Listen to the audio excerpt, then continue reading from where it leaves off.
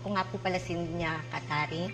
I-share ko lang din po na itong One of Tea ay ang laking tulong po sa anak ko na si Nate Nashvin Katari.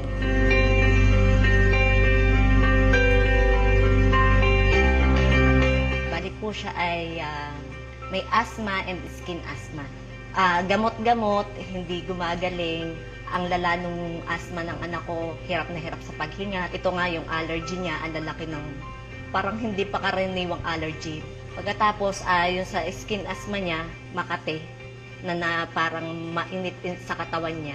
Nakilala ko yan sa ang One of Tea sa Santa Cruz. Pumunta kami sa tita ko. So, yung naghihilot sa kanya, narinig niya na ubo ng ubo. Sabi ng tita ko, anong pinainom mong gamot? Sabi ko, tita, hindi po yan ubo. Ayan po, asthma. Sabi nung naghihilot, Neng, itry mo tong One of Tea. Talagang parang nung araw na yon hulog ng langit si ate. Nung gabing yon na sa the whole month ng July hindi nakakatulog, gumanda po ang tulog nung gabing yon. Pinagpatuloy ko po, takip-takip ang inom. Ay yung anak ko po is napakasigla at natuwa siya kasi hindi na daw siya hirap sa gabi, hindi na daw siya puyat. Pati daw po kaming ng daddy niya, hindi na puyat. At sabi pa nga niya, thank you Lord kasi may gamot siya na dito po siya nag-okay. Aside po doon, nung lumabas po yung skin asthma niya, doon ko po nakita na talagang wala pang 1 minute, ininom niya po to.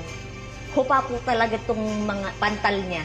Inalis ko na din po yung antihistamine niya dahil ito na rin po yung alternative na ginagamit ko po sa kanya. Bukod sa nakatipid na kami, yung anak ko hindi na nahirapan. Na talagang pag nakikita mo naman yung bata na hindi makahinga ng ayos, kinakate, at yun pa nga pong ibang nararamdaman niya, kahit nga po ubo, sipon nung atin niya at saka siya, is magaling din po ito eh. Ako po si Ninya Kataring at ang aking buong pamilya ay proud user ng One of Tea Juice.